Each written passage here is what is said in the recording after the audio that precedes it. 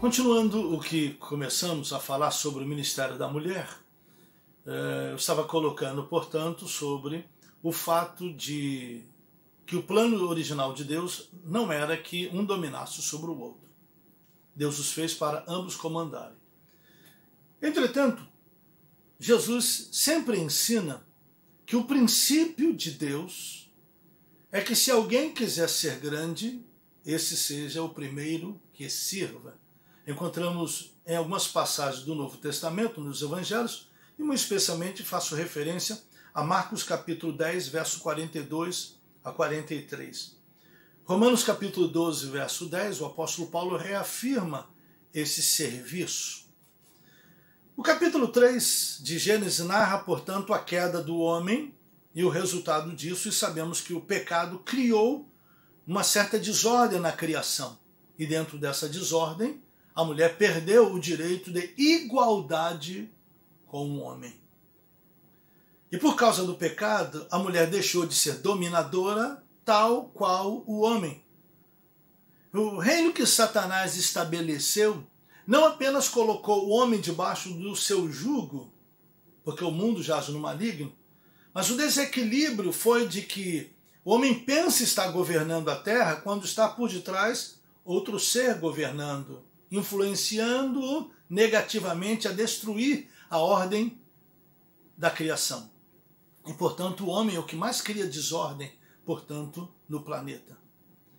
E por conta desse fato, a mulher passou a viver debaixo do jugo do marido. Assim você vê a descrição de tais coisas no Velho Testamento, a ponto de as mulheres no Velho Testamento chamar seu esposo de Senhor, porque ele se assenhoreava dela, portanto.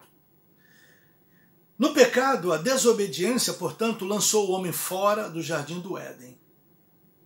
O que eu quero comentar com você é que o plano original de Deus é que homem e mulher fossem semelhantes sempre.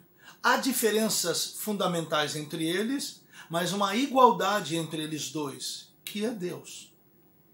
No Novo Testamento, é Jesus quem vem e restaura essa igualdade. Antes de expor o texto bíblico, eu quero lembrar a você como Jesus tratava de modo distinto as mulheres. Quando eu digo distinto, como ele honrava elas. Você veja que a primeira pessoa a saber da ressurreição de Jesus foi uma mulher. Foi uma mulher que teve a honra, claro, de dar à luz ao homem chamado Jesus. São as mulheres que serviram Jesus no ministério. Jesus para conversar com uma mulher que já tinha tido vários maridos. Mas Jesus se assenta para conversar com ela e a honra, dá a ela o privilégio de falar com ele, que era judeu e ela samaritana. Além de samaritana, mulher. Duas discriminações tinha aquela mulher, mas especialmente por ser mulher. Mas Jesus assenta-se com ela. Sem falar daquela mulher do fluxo de sangue, você sabe muito bem que, de acordo com a palavra de Deus, as mulheres de fluxo de sangue não podiam tocar nos homens de Deus. Nos rabinos, especialmente. Jesus era um rabino. Mas aquela mulher se esgueira no meio da multidão e toca na orla do manto de Jesus, e a sua hemorragia não é impedimento para ela ser abençoada. Muito pelo contrário, a fé dela faz com que ela seja curada. Porque independente de ser homem ou mulher, a fé remove montanhas. E dentro desse contexto que eu estou lhe explicando, do que Jesus fez pelas mulheres, Jesus é a pessoa em todo o universo que dá equilíbrio à desordem que o inimigo trouxe. E é Jesus quem coloca a mulher no lugar que ela deve estar, que é ao lado do homem. Dentro desse princípio, nós precisamos entender o seguinte, que eu quero colocar para você. O princípio é que, de acordo com Deuteronômio capítulo 28, diz que várias maldições virão sobre a pessoa por causa da desobediência à lei. A mulher desobedeceu um princípio de Deus e por isso estava debaixo de maldição. Mas Gálatas 3,13 nos afirma que Cristo nos resgatou da maldição da lei, fazendo-se maldição por nós. A cruz de Jesus cancela toda a maldição hereditária, se é que há uma maldição hereditária, se você acredita nisso, mas Jesus quebrou toda a maldição hereditária. Jesus quebrou toda espécie de maldição resultante da desobediência à palavra de Deus, a partir do momento em que uma pessoa crê em Jesus como Senhor e Salvador. É importante notar que não basta a pessoa crer que Jesus é seu Salvador, ela precisa recebê-lo como Senhor. A partir desse momento, nós sabemos muito bem, de acordo com a palavra de Deus, que se alguém está em Cristo, o que é? Nova criatura. As coisas velhas se passaram, tudo se fez novo. As maldições são canceladas pela fé em Jesus. Por isso que o apóstolo Paulo nos ensina em Gálatas capítulo 3, ele nos ensina muito claramente dizendo que diante de Deus não há macho nem fêmea, não há servo nem livre. Não há judeu nem gentio, porque todos somos um em Cristo Jesus. Para Deus, todos nós somos um. Então, no Novo Testamento, quando o apóstolo Paulo se refere de que aquele que subiu é o mesmo também que desceu, e tendo subido ao alto, levou cativo o cativeiro e deu dons aos homens, a palavra anthropos, que está descrita no Novo Testamento, não se refere necessariamente ao macho, ao Adrian, se refere ao homem no sentido genérico. E esse ser humano, portanto, engloba macho e fêmea. Por que eu digo isso a você? Porque em Cristo as maldições foram quebradas. Para Deus, só há um diante dele. E quando Cristo concede os dons, é importante você lembrar isso que eu vou te colocar. Quem deu os dons? Jesus. Os dons são dele. Você estuda a palavra de Deus, você já viu que Jesus é apóstolo. Está registrado isso muito claramente em Hebreus. Jesus era profeta, ele mesmo disse que ele era profeta. Ele era mestre, o chamavam de mestre. Ele é evangelista porque trazia boas novas. Ele é o sumo pastor, ele é o pastor das nossas almas. Jesus incorporava os 5 ministérios: apóstolo, evangelista, profeta, pastor e mestre. E como ele é isso, é ele quem pode dar esse dom. Por que ele dá esse dom? Porque esse dom é um dom ministerial, é uma capacitação de diaconia passada para o homem servir no seio da igreja, servir as pessoas em nome dele. Jesus então concede de sua capacidade a algumas pessoas para desempenhar o seu trabalho. E não é apenas a machos, é também a macho e fêmea, porque a maldição da lei, do domínio do homem sobre a mulher foi quebrada.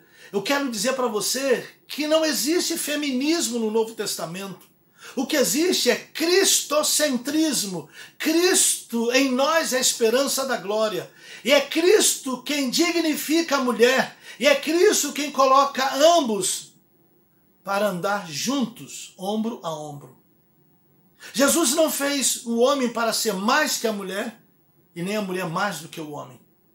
E no Novo Testamento é Cristo quem recoloca as coisas em ordem, de modo que é a igreja que sempre deveria ter sido a responsável por restabelecer o princípio da igualdade entre homem e mulher. Portanto, o ministério não pertence ao homem, o ministério pertence a Cristo. E ele dá ao macho ou à fêmea, ele dá a quem ele quiser, porque diante dele, diante do Pai, não há macho nem fêmea, há um só em Cristo Jesus. E você precisa compreender de que não é problema para Jesus conceder o ministério apostolar para uma mulher, o ministério profético para uma mulher, o ministério pastoral para uma mulher, dar a uma mulher o ministério evangelístico, fazer da mulher uma maestrina. Por quê? Porque é ele quem dá esse dom. Nós discriminamos, mas Jesus não discrimina. Para ele é uma questão de vontade dele e não nossa. Você pode ter outra interpretação e respeito você por isso. Mas o preceito da palavra de Deus é que quando Deus fez macho e fêmea, Deus os fez para serem um só. Como Ele, Jesus, Ele, o Filho e o Espírito Santo são um só. Por isso que quando o homem deixa o pai e a mãe e une-se à mulher, eles tornam uma só carne. Isso não quer dizer necessariamente que quando Deus chama o homem para o ministério, por conseguinte a mulher tem de ser também chamada. Eu já interpretei isso dessa maneira no passado. Mas o ministério não é necessariamente com o casal. Ele pode chamar somente o homem ou ele pode chamar somente a mulher. Você talvez tenha muita dificuldade de lidar com uma mulher sendo pastora e o marido dela sendo diácono. Por quê? Porque você ainda compreende que está sobre os ombros da mulher o princípio de que ela deve ser dominada por ele. Mas acontece que, lembro a você, Cristo nos resgatou da maldição da lei, fazendo-se maldição por nós. Essa maldição do domínio do homem sobre a mulher foi quebrada na cruz. Por isso que eu lembrei a você no início a palavra que diz que se alguém está em Cristo, nova criatura é. Eu não sou mais aquela criatura do Velho Testamento, andando debaixo de preceitos, regras. Eu agora ando debaixo da orientação do Espírito Santo. Você agora anda debaixo da orientação do Espírito Santo. Você, mulher, também foi chamada para exercer o ministério. E não é porque você é mulher, não é porque você é homem, é porque você é um ser humano que Deus fez para ambos dominarem sobre a terra. E Deus quer que você, mulher, domine sobre a terra, como Deus quer que o homem também domine sobre a terra, e um não domine sobre o outro. Você talvez possa se perguntar, então como é que pode ser uma mulher exercer o ministério pastoral na igreja e o marido dela ser o cabeça dela? Olha, uma coisa é uma coisa, outra coisa é outra coisa. O marido é o cabeça da mulher em casa. Esse preceito continua valendo. Paulo fala sobre isso. Entretanto, na igreja, a mulher foi chamada para exercer aquele ministério. Então ela foi colocada em autoridade. Para você ter uma ideia, qualquer ímpio entende muito bem esse princípio. Uma mulher pode ser capitã no exército e o marido dela pode ser sargento. Em casa, ele é o cabeça da família, mas no quartel, ela é a capitã, ela é a autoridade. Quando nós compreendemos muito bem esses princípios, a coisa funciona perfeitamente. Quero te desafiar, portanto, a entender esse princípio. Na próxima discussão, eu vou comentar com você sobre o porquê do apóstolo Paulo mandar as mulheres estarem caladas na igreja, porque que ele mandou a mulher cortar o cabelo e coisas desse tipo.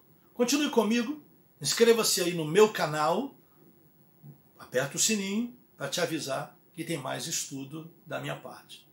Aqui, apóstolo Eduardo Machado, Deus te abençoe. Amém. E aí, pessoal, não deixa de se inscrever no canal, hein? Dá o seu likezinho aí, ou o seu dislike, como você achar melhor. E não esqueça, inscrevendo-se no canal, você me ajuda a divulgar a palavra de Deus. Valeu!